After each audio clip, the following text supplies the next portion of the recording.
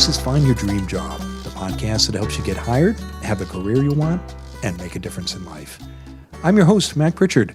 I'm also the founder of Mac's List. It's a job board in the Pacific Northwest that helps you find a fulfilling career. Every Wednesday, I interview a different expert about the tools you need to find the work you want. Have you ever been unemployed? I have. The first time it happened to me, I was out of work for more than 6 months. Because I didn't know any better, at first I spent 8 hours a day filling out job applications. It was like I joined a new company, and my new full-time job was to apply for any position anywhere. And in spite of all that work, I didn't get a single offer. Our guest today says you make a big mistake when you do what I did, and you treat a job search like a job. Here to talk about this is Paige Webster. She's a professional certified career coach. And Paige joins us today in person in the Mac's List studio in Portland, Oregon. Paige, here's where I want to start. We've all been told this. You got to treat your job search like a job. Why is this bad advice? First of all, many people have jobs that they feel like are a grind. And so it's not very motivating to treat your job search like a job because your job might very well have been a grind. Yeah, so you're just repeating that experience you had in the office. Exactly. And the second thing is that I think searching for a job takes a lot of energy. It's a vulnerable thing to do. And you're putting a lot of energy and you're putting yourself out there again and again and again, and you may not hear anything immediately. And so because you're putting out so much energy, you need to find a way to fill that well. And I think spending 40 hours a week is just, it's too draining to be able to continue a job search effectively if that's how much time you're spending on it. Okay, so let's back up. Yep. I know you're not going to argue that job searching can be fun and glorious and like a vacation, but it doesn't have to be something you dread or monotonous or as bad as maybe a job you disliked. Right, and I think not having a job then gives you a chance to figure out a schedule that actually works for you. So when are you most productive in the day? When is your brain really firing on all cylinders? When is it that it makes sense for you to go to the gym and finally start your gym habit that you've been talking about starting ever since you started your last job? So it gives you an opportunity to really find a way to create a more balanced life and then bring that balance into whatever your next position is. Okay, so Paige, let's talk about what you shouldn't do, the people that you work with who treat a job search like a job. What does a typical day look like for someone like that? So it would be looking at job boards, then taking resumes and just shooting them out to a variety of jobs and not bothering to customize them based on what the job title is. It would be using a generic cover letter that as soon as a recruiter sees it, they know that they probably pulled it from some Microsoft Word template. And it would be thinking that you ought to be spending, from 8 or 9 a.m. to 5 p.m. just doing research or putting out more resumes or contacting people. And I think it's a misuse of your resources. Okay. Everything you just described, I've done early in my career. I had many days like that went on for months, actually. I did that because I didn't know any better. Why do you find the clients you work with do those things? Because I know people are putting in the work. They're trying. Oh, absolutely, right? Because it feels like you are doing a lot of work. And so people, I think it eases the anxiety sometimes, and it makes you feel like you are taking control of your job search. And, right, if you spend 8 hours a day doing a job search, then you think, well, of course I should find a job because I'm putting in so much effort.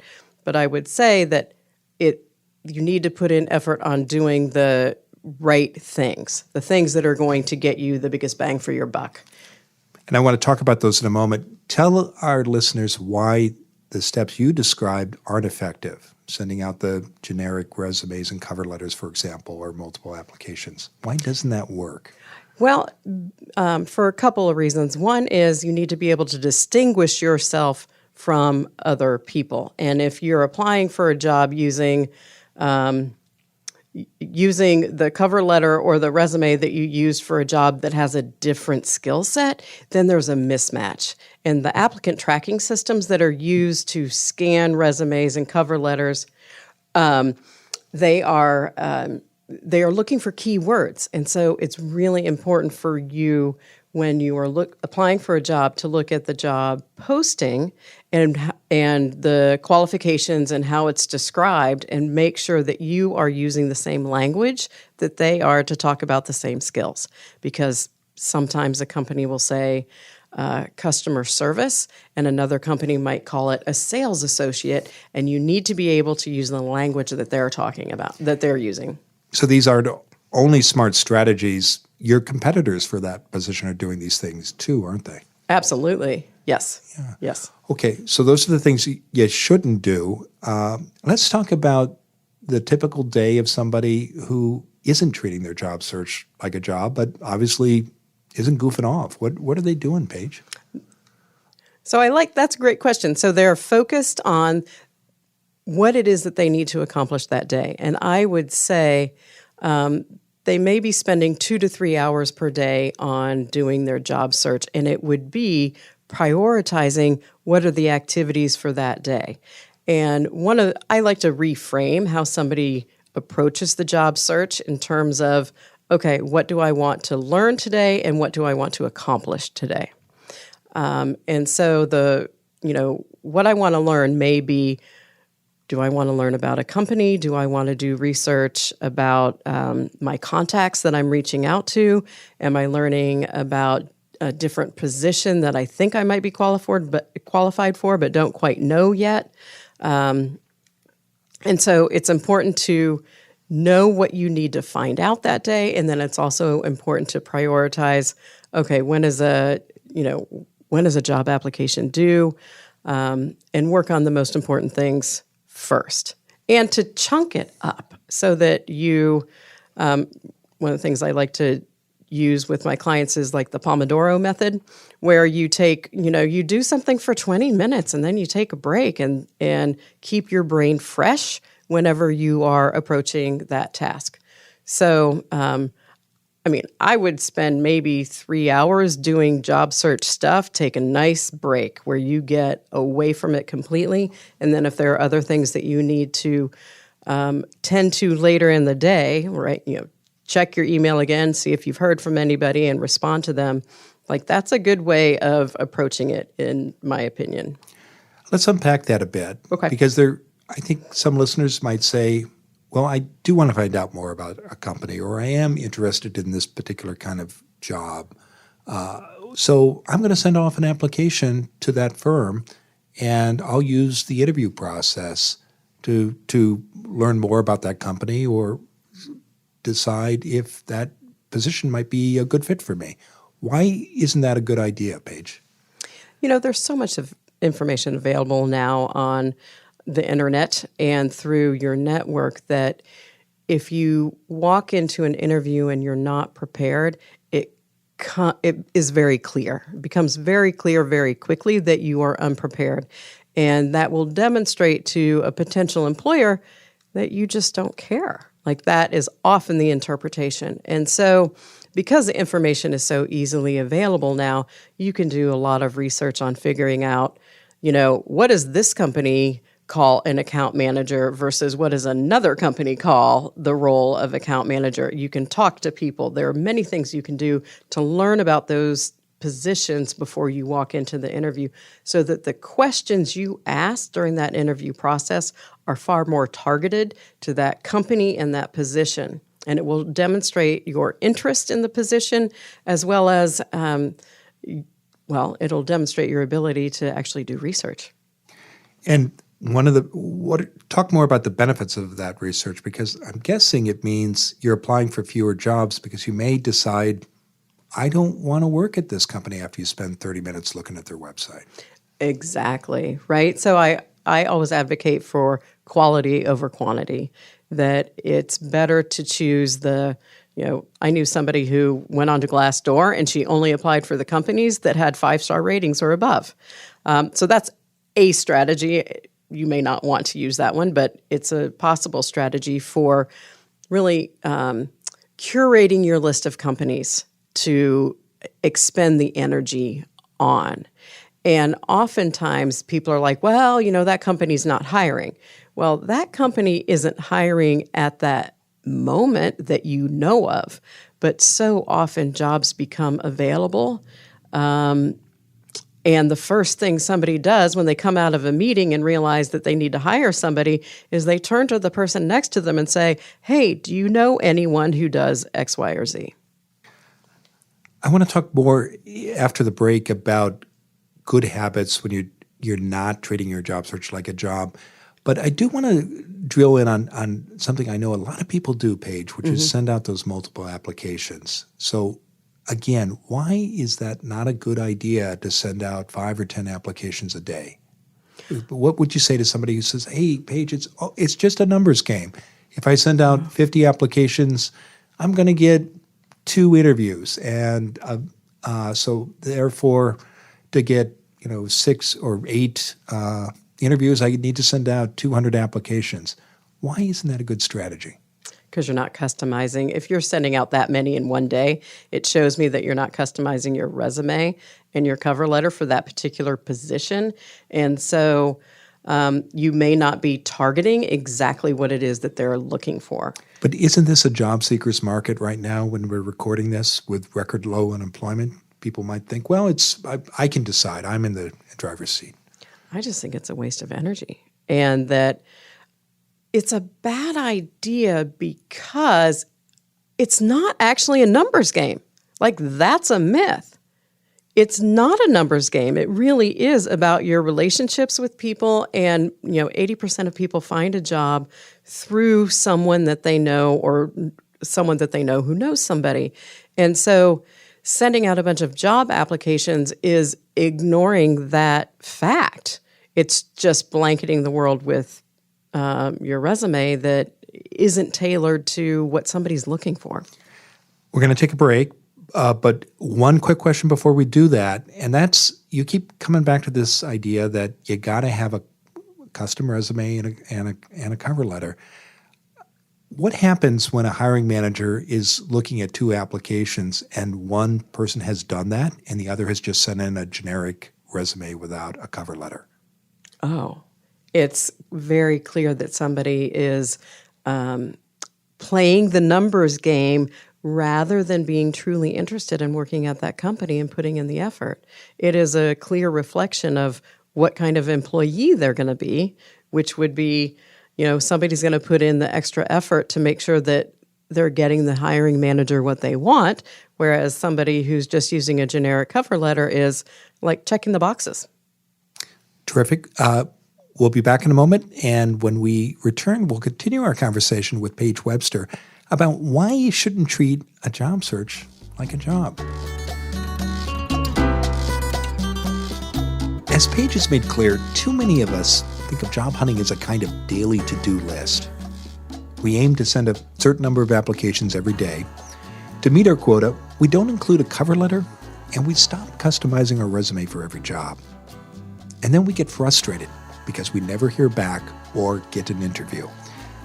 Early in my career, I did these things because I didn't have a clear job search goal.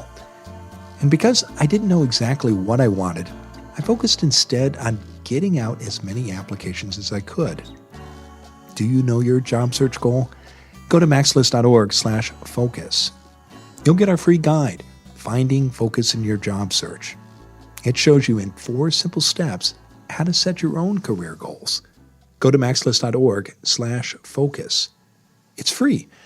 6 years after I finished college, I was out of work for 6 months, and every day I sent multiple applications to all kinds of employers. Because I didn't have a clear job search goal, I applied for all kinds of jobs. And sometimes I did get interviews, but I never got an offer. What was I doing wrong? It didn't take hiring managers long to see that I didn't know what I wanted to do next. But many of my competitors knew exactly what they wanted. And those are the people who got the job. Once I set a goal, I got a great position in just 6 weeks. You can learn how to do this too. Get your free copy today of Finding Focus in Your Job Search. Go to maxlist.org/focus. Now, let's get back to the show.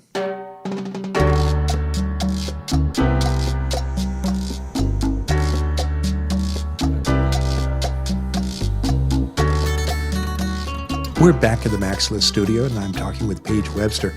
She's a professional certified career coach. Now, Paige, before the break, we were talking about the things you shouldn't do during a job search that turn a search into really kind of a drudgery and don't produce great results.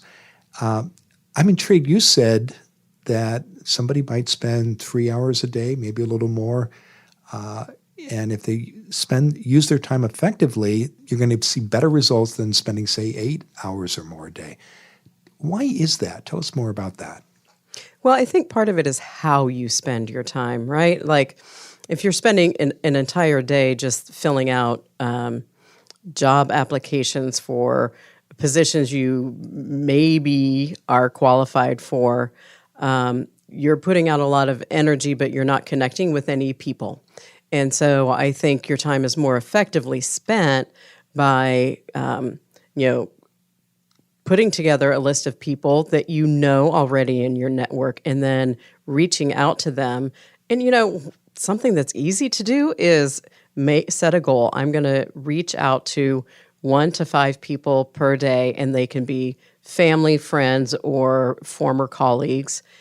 And anytime you reach out to them, know what it is that you're asking, that you want, what you want to get from them. But when you have an opportunity to talk to them, make sure to ask that whether there's anybody they know that they can, that would be important for you to talk to. So that sounds scary to a lot of people, reaching out to 1 to 5 people a day. It seems a lot easier and safer to send out 1 to 5 applications a day. Can you talk about why it's important to go out and talk to folks? Yes. So it is safer to fill out 5 applications per day. It's just not effective.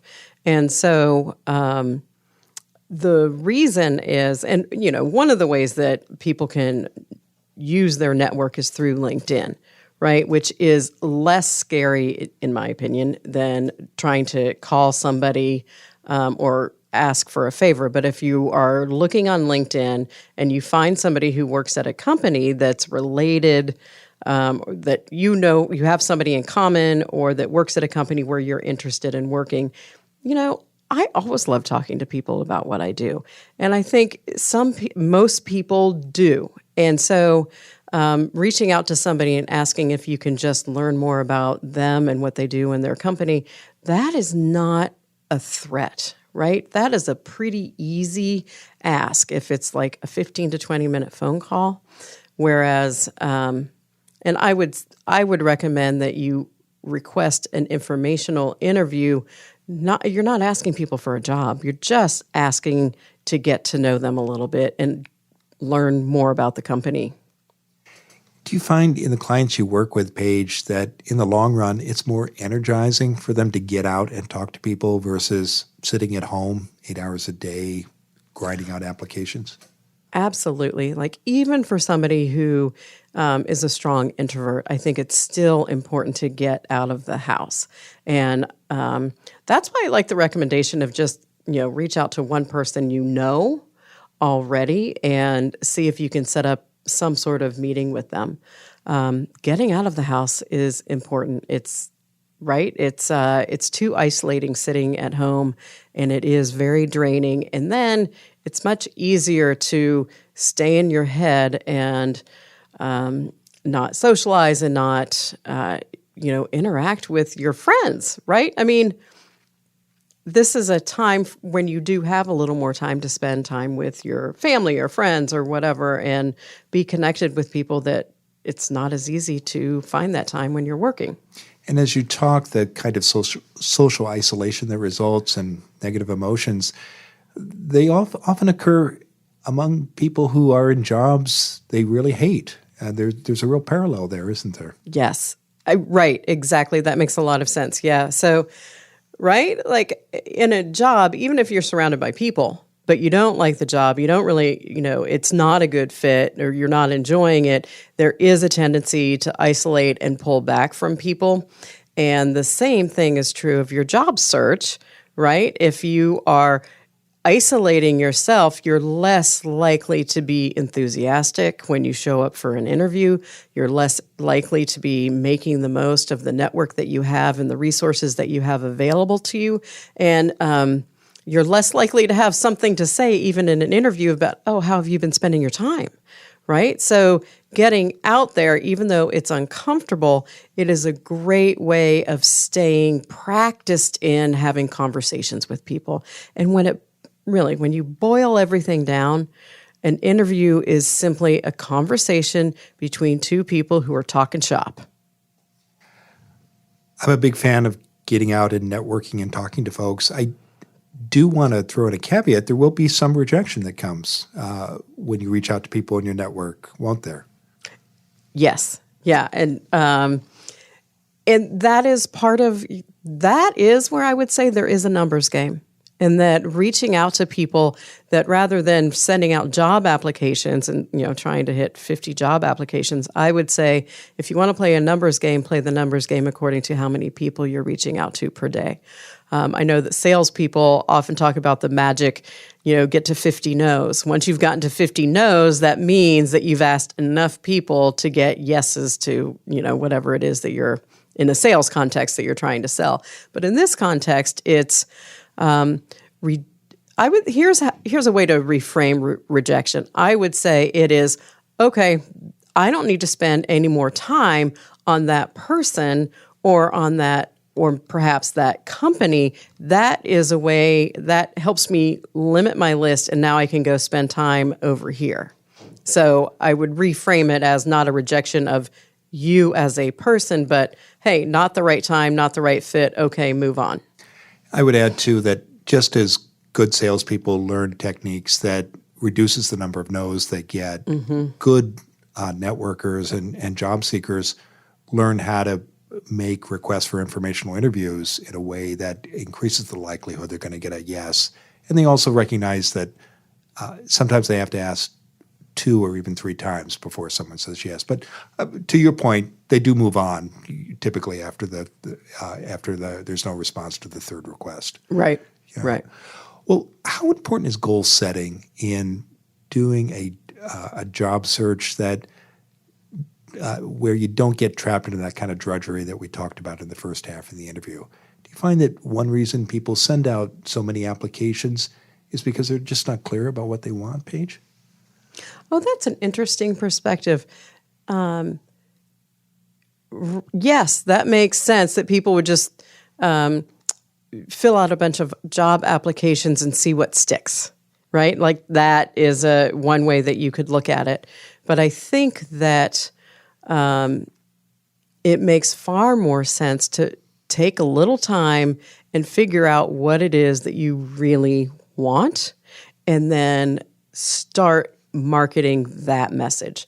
Because the worst thing, when you're interviewing, it's really important to know what you want, because everyone wants to help you. Once they find out that you're looking for work, most people want to help you. And the first question they're going to ask is, well, what do you want to do? And ineffective answer is, well, I can do anything in sales, or I can do anything clerical or administrative, right? Those answers aren't as helpful as having a really crystal clear, I'd like to work as an IT project manager for a telecommunications company. Like being able to cite exactly what it is that you want means that people start going through the Rolodex in their head of all the people they know. Oh, right, I do know somebody in telecommunications, or I do know somebody in IT, or whatever. So the more specific you are, the easier it is for somebody else to help you. And how helpful is it to have a list of companies or maybe nonprofit organizations you want to work at? You mentioned being specific about your job goal. Is it also useful, Paige, to know where exactly you might want to work? Absolutely. Yes, because going back to, I would say make a list of all the people that you know and then all the companies where you think you might want to work or the companies that you're interested in. And I would say that list can be anywhere from 10 companies to 50, right? It just sort of depends on what your industry is. And it is important to have that list so that you can start checking them off about yay or nay and know where you need to focus your effort and energy. I want to go back to a point you made earlier, which was if you're doing a job search along the lines that you've recommended, people might spend 3 or 4 hours a day job hunting. But Paige, what would you say to somebody who's 6, 8 months into unemployment? And, I've been there. I know many of our listeners have or are there now. And they're getting anxious. And so they need to get something. And they may have family members or friends who are looking at them and saying, what? You're only spending 4 hours a day on your job search? You got to get on it, pal. What would you say to a listener like that? I would ask them what it is that they are doing, because chances are it's not the amount of time that they need to be spending, that it's not the amount of time that needs to change. It's the set of activities that they're doing that needs to change. And often what I find is that people just aren't networking nearly as much as they think they are. So I would ask them what activities they're doing and probably recommend that they start attending more networking events where they're going to meet more people. Okay, so look at how you spend your time, know where you want to go in terms of a job and perhaps employers as well. Any final tips for how listeners can make a job search less dreary and less like a job they once hated?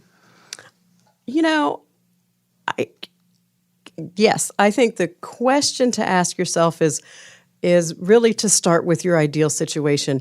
What is it that I most want? What would the ideal situation be? And start with that rather than starting with this is what I've been doing, so this is probably the only job that I could get. So I like to start with the big picture perspective of, if I could wave a magic wand, what is it that you would ideally want to do? And so one of the first activities I give to people is, go ahead and look at all the job postings to see, like, even the ones that are way outside of your area of expertise, just to see what's out there and see what might catch your fancy. It's been a terrific conversation. Tell us what's next for you, Paige.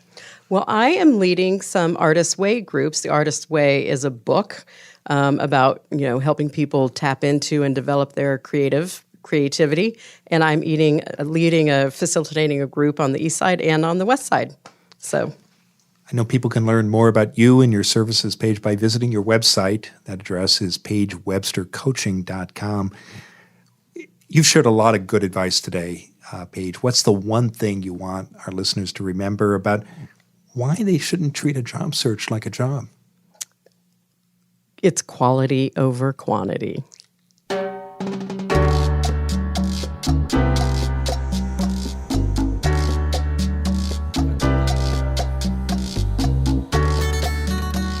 Well, I thought Paige had terrific energy in our conversation. There were so many good points to choose from. Here's the top one for me, and that's the idea of quality over quantity.